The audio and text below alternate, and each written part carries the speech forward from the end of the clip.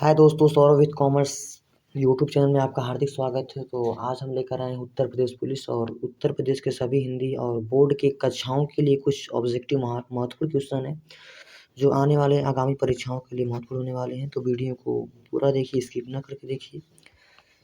चलिए आज का देखते हैं। आज का पहला क्वेश्चन क्या है। तो आज का पहला क्वेश्चन है, किस युग को आधुनिक हिंदू का कविता किस युग को आधुनिक हिंदी कविता का सिंह द्वार कहा जाता है। तो ऐसा कौन सा युग है जिनको आधुनिक हिंदी का कविता जो होती है उनका सिंह द्वार कहा जाता है। तो वह आपका हो जाएगा भारतेंदु युग। भारतेंदु युग क्या, क्यों? क्योंकि हिंदी का जो विकास युग है, विकास युग आपका भारतेंदु युग के ही कहा जाता है। और भारतेंदु युग के पिता कौन है? भारतेंदु हरिश्चंद्र हैं। आज का दूसरा क्वेश्चन देखते हैं। दूसरा क्वेश्चन कह रहा है, द्विवेदी युग के प्रवर्तन कौन थे? प्रवर्तन या प्रवर्तक कौन थे? द्विवेदी युग का प्रवर्तन कौन थे? तो ऑप्शन ए आपका है महावीर प्रसाद द्विवेदी, ऑप्शन बी आपका है हजारी प्रसाद द्विवेदी, ऑप्शन सी आपका है ये दोनों, ऑप्शन डी आपका है मोहन सिंह भागवत। तो इसका राइट ऑप्शन हो जाएगा आपका ए, क्योंकि जो द्विवेदी युग है, द्विवेदी युग के प्रवर्तन कौन है? महावीर प्रसाद द्विवेदी जी हैं। चलिए देखते हैं। तीसरा क्वेश्चन देखते हैं। तीसरा क्वेश्चन कह रहा है, हिंदी का पहला नाटक क्या है? तो हिंदी आपकी है, हिंदी का प्रथम नाटक क्या है? इरावती, नुहुस, गोदान और मैलासल। तो हिंदी का प्रथम नाटक का नाम क्या है? नुहुस है। कौन है? नुहुस है, जिसके लेखक कौन है? गोपाल चंद्र गिरधर जी हैं। गोपाल चंद्र गिरधर है। चौथा क्वेश्चन देखते हैं। चौथा क्वेश्चन कह रहा है, सन 1950 से पहले हिंदी कविता किस कविता के रूप में जानी जाती थी? प्रयोगवादी कविता के रूप में, छायावादी कविता के रूप में, द्विवेदी युग की कविता के रूप में, शुक्लोत्तर युग की कविता के रूप में। तो इसका राइट ऑप्शन आपका हो जाएगा ए, प्रयोगवादी। क्या हो जाएगा आपका? प्रयोगवादी। 1950 के पहले प्रयोगवादी के रूप में हम जानते थे। पहला क्वेश्चन देखते हैं। आज का पांचवा क्वेश्चन क्या कर रहा है। पांचवा क्वेश्चन कह रहा है, ब्रज भाषा का सर्वोत्तम कवि कौन है? या ब्रज भाषा का सबसे प्रसिद्ध कवि कौन है? या ब्रज भाषा का सबसे अधिक प्रयोग करने वाला कवि कौन है? तो वे आपके हैं सूरदास। कौन है? सूरदास। ब्रज भाषा का सबसे यूज करने वाले कवि, सबसे उपयोग करने वाले कौन कहे जाते हैं? सूरदास। सूरदास को अष्ट छाप के कवि के नाम से भी जाना जाता है।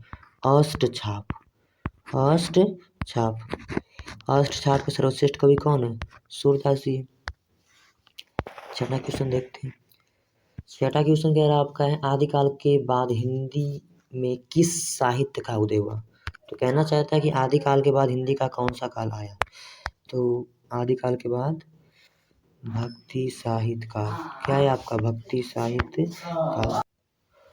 तो हो जाएगा आपका राइट ऑप्शन ए, आदिकाल के बाद हिंदी में भक्ति काल का उदय हुआ। चलिए अगला क्वेश्चन देखते हैं, सातवां।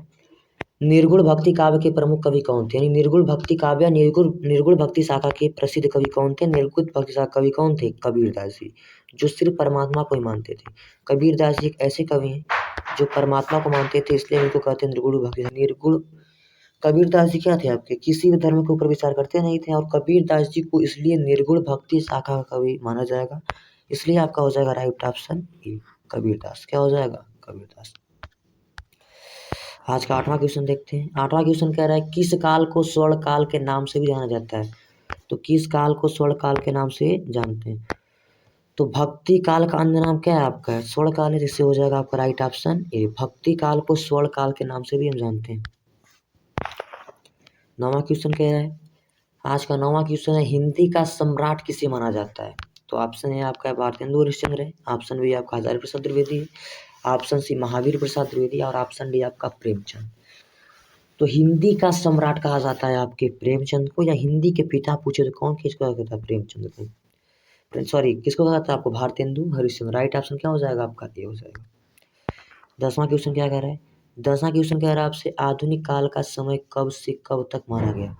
आधुनिक काल का समय कब से कब तक माना गया? तो इसका राइट ऑप्शन हो जाएगा आपका 1900 से आज तक। राइट ऑप्शन क्या हो जाएगा आपका? डी। 1900 से आज तक जो काल चल रहा है उसी काल को हम कहते हैं आधुनिक काल। 11वां क्वेश्चन क्या कह रहा है? 11वां क्वेश्चन कह रहा है, जयशंकर प्रसाद की सर्वश्रेष्ठ रचना कौन सी है? या जयशंकर प्रसाद की सबसे प्रसिद्ध रचना कौन सी है? कामायनी, तितली, आंसू और झरना। चारों ही जयशंकर प्रसाद की रचना है, लेकिन इसमें सबसे सर्वश्रेष्ठ या सबसे प्रसिद्ध रचना कोई है तो है कौन है? कामायनी है। कामायनी के अंदर कितने 11 सर्ग है। ये भी कह सकते हैं कामायनी में सर्गों की संख्या कितनी है 11 है। किसी एक सर्ग का नाम पूछ देगा आपसे जिसका नाम क्या है श्रीधा मनु कामायनी का एक सर्ग है। 12वां कह रहा है बिहारी ने क्या लिखे थे कहानी कविता दोहा और आचरण की सभ्यता। तो बिहारी लाल ने क्या लिखा था बिहारी लाल ने लिखा था दोहा, इसलिए हो जाएगा ऑप्शन नंबर सी। 13वां क्वेश्चन क्या कह रहा है कबीर दास के शिष्य कौन थे। तो कबीर दास के शिष्य कौन थे रामानंद विठलनाथ गोकुलनाथ या सभी।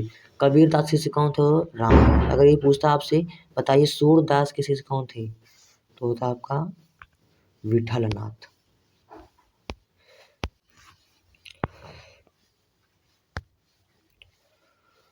तो आज का लास्ट क्वेश्चन है 14वां क्वेश्चन कह रहा है पद्मावत महाकाव्य कौन सी भाषा में लिखा गया है। उर्दू भाषा में लिखा गया है या फिर हिंदी भाषा में लिखा गया है संस्कृत और अवधी।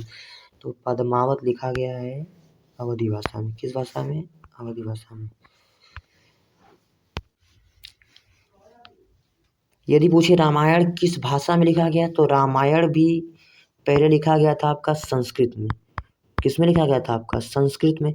लेकिन बाद में उसको कौन किया बाद में उसको तुलसीदास ने कन्वर्ट कर दिया आपका अवधी भाषा में। तो रामायण भी आपका लिखा गया उसी भाषा में अवधी भाषा में। तो आज के सेशन में इतना ही। तो हम मिलते हैं अगले वीडियो में।